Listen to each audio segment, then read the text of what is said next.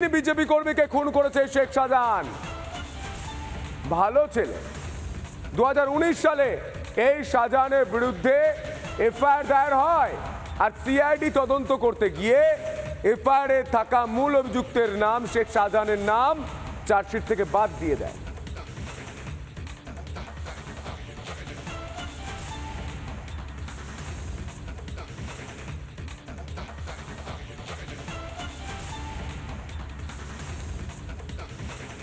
আরো বিস্তারিত জানাবো আমাদের সঙ্গে রয়েছেন আমাদের প্রতিনিধি ভাস্কর। এই মুহূর্তে কি তথ্য উঠে আসছে? সিআইডি 2019 সালে কি এমন হলো এফআইআর নাম থাকার পরেও চার্জশিট থেকে নাম দিয়ে বাদ দিয়ে দিয়েছিল? শাহজাহান এতটাই প্রভাবশালী ছিল, মমতা বন্দ্যোপাধ্যায় শাহজাহানকে দরদ সার্টিফিকেট দেন।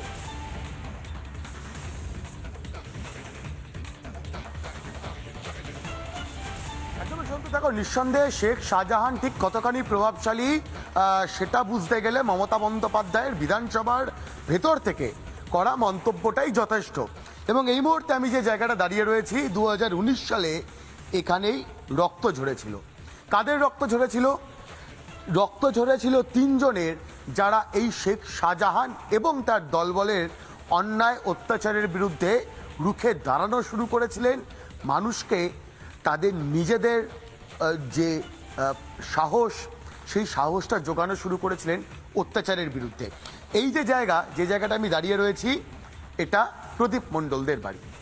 যে প্রদীপ মণ্ডলরা শেখ শাহজাহানের অত্যাচারের প্রতিবাদ করতে গিয়ে প্রাণ হারিয়েছেন, এই জায়গা রক্তাক্ত হয়ে উঠেছিল। সেই রাতের ঘটনা এখনো অবধি পরিবারের সদস্যদের কাছে টাটকা। আমি দেখতে পাচ্ছি সন্দীপ মণ্ডল রয়েছেন। সন্দীপ বাবু, খুব সংক্ষেপে জানতে চাইব 2019-এর সেই অভিশপ্ত রাতে কি হলো? সেদিন ছিল 8ই জুন 2019, জামাই ষষ্ঠীর দিন। গ্রামের বেশিরভাগ মানুষ ছিল পুরুষ শূন্য। তৃণমূলের ডন বলবো কি, মানে রোহিঙ্গাদের ডন শেখ শাহজাহান এবং তার দলবল আমাদের স্কুল মাঠে একটা মিটিংয়ের নাম করে জড়ো হয়েছিল। তারপর হঠাৎ করে ওরা, মিটিংটা ছিল ওদের নামমাত্র, হঠাৎ করে ওরা আক্রমণ করলো আমাদের বাড়িতে। টোটাল বাড়ি ঘরদোর ভাঙচুর করলো, লুটপাট, অবাধে লুটপাট। এই আক্রমণের কারণ কি শেখ শাহজাহানদের বিরুদ্ধে প্রদীপ মণ্ডলদের রুখে দাঁড়ানো? হ্যাঁ, সেই সময় প্রদীপ মণ্ডল, আমার দাদা, একমাত্র এখানকার শেখ শাহজাহানের বিরুদ্ধে রুখে দাঁড়ানোর মতো সাহস জুগিয়েছিল। এই সমস্ত মানুষকে একত্রিত করছিল যে অন্যায়ের বিরুদ্ধে একটা প্রতিবাদ করতে হবে। বিভিন্ন জায়গায় প্রতিবাদ মিছিল করছিল যাতে শেখ শাহজাহানের মতো মানুষকে দমানো যায়। আচ্ছা, একটা কথা বলুন তো, এই যে সেই রাতে 8ই জুন রাতে যে ঘটনা ঘটলো, তারপর সিআইডি তদন্তবার হাতে নিল, হঠাৎ করে শেখ শাহজাহানের নামটা চার্জশিট থেকে বাদ পড়ে গেল কি করে? কারণ সিআইডি আর শেখ শাহজাহান তো দুজনেই একই রকম। সিআইডি যা, শেখ শাহজাহান তাই। এখানে তো বিকল্প কিছু নেই। কারণ তদন্ত সিবিআই করবে। হ্যাঁ, আমরা আশা করবো যে সিবিআই তদন্ত সঠিকভাবে করবে, কারণ আমরা চেয়েছিলাম সিবিআই তদন্ত। কারণ সিআইডি তো চার্জশিট থেকে সবার নাম বাদই দিয়ে দিয়েছিল।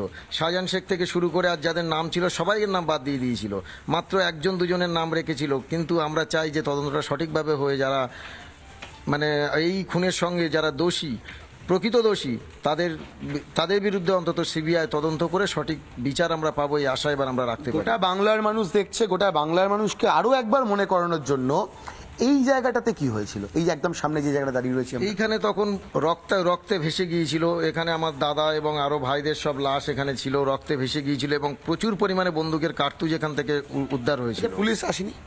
পুলিশ সেই সময় ছিল স্পটে দাঁড়িয়ে, পুলিশ এই ঘটনাটা ঘটিয়েছে। পুলিশ তো বাড়ি থেকে ডেকে সবাইকে বার করে তাদেরকে মারার পুরো পরিকল্পনা পুলিশের উপর ছিল। কি বলছেন?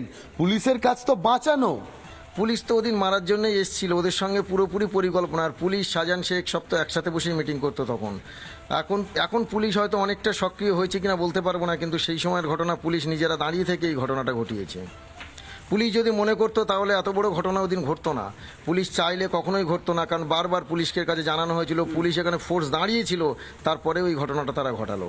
মানে এই যে বাড়ির সামনের যে অংশ, এই অংশ দিয়ে শেখ শাহজাহানরা ঢুকলো। হ্যাঁ, তার দলবল এবং শেখ শাহজাহান পুরো টিম নিয়ে এখানে 1-150 লোক, প্রচুর বন্দুক বোমা নিয়ে এখানে, বোম এবং গুলি তো কয়েকশো রাউন্ড গুলি এখানে করেছিল। আপনারা দেখেছিলেন সেই সময় তার বন্দুকের কত কার্তুজ এখানে পড়েছিল।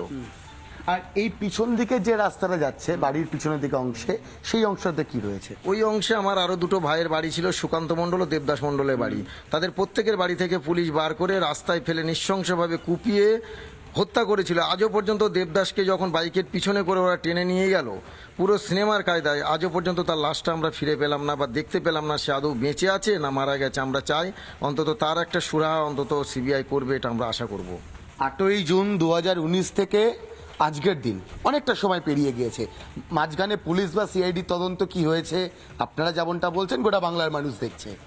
মনে হচ্ছে সিবিআই জোড়া এফআইআর করেছে। শেখ শাহজাহান মূল অভিযুক্ত, অস্ত্র আইনেও যে ধারা সেই ধারা যোগ করা হয়েছে, এবার শাস্তি হবে মনে হচ্ছে। হ্যাঁ, আমার মনে হয় এবার সিবিআই আমরা সঠিক মানে বিচার পাবো এই আশা আমরা করতে পারি এখন। কারণ আমরা দেখেছি যে সিবিআই অন্ততপক্ষে এফআইআরটা করেছে, এবার সিবিআই যদি সঠিক তদন্ত করে অবশ্যই আমরা বিচার পাবো।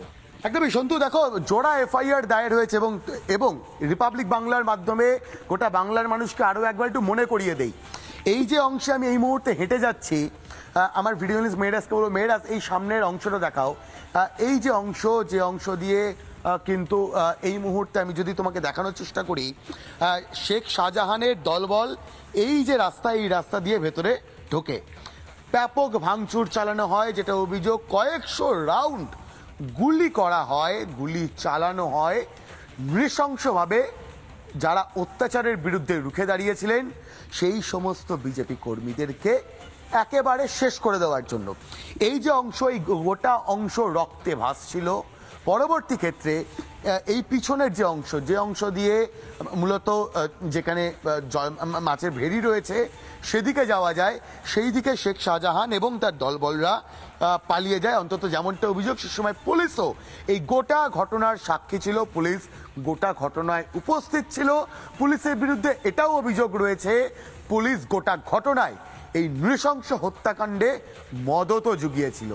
এই যে অংশ, এই অংশেই কার্যত তাণ্ডব লীলা চালানো হয়েছিল। এই গোটা যে এলাকা, সেই এলাকা ভেঙে একেবারে তছনছ করে দেওয়া হয় শেখ শাহজাহান আর তার অনুগামীদের তরফ থেকে। এবার পরিবার বলছে সিবিআই হাতে তদন্তভার নিয়েছে। কলকাতা হাইকোর্টের নির্দেশে তদন্তভার হাতে পাওয়ার পরেই জোড়া এফআইআর দায়ের করা হয়েছে।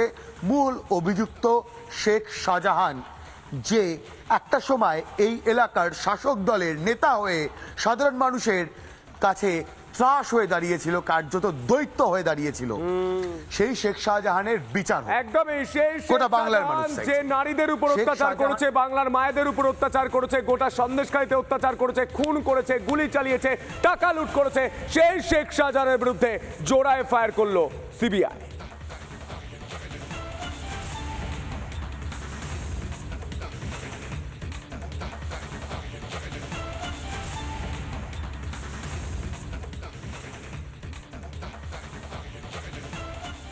নানা ধরনের কন্টেন্ট দেখার জন্য লাইক করুন, শেয়ার করুন আমাদের ফেসবুক পেজ, সাবস্ক্রাইব করুন আমাদের ইউটিউব চ্যানেল। পাশাপাশি অন্যান্য ব্রেকিং নিউজের জন্য অবশ্যই চোখ রাখুন রিপাবলিক বাংলায়।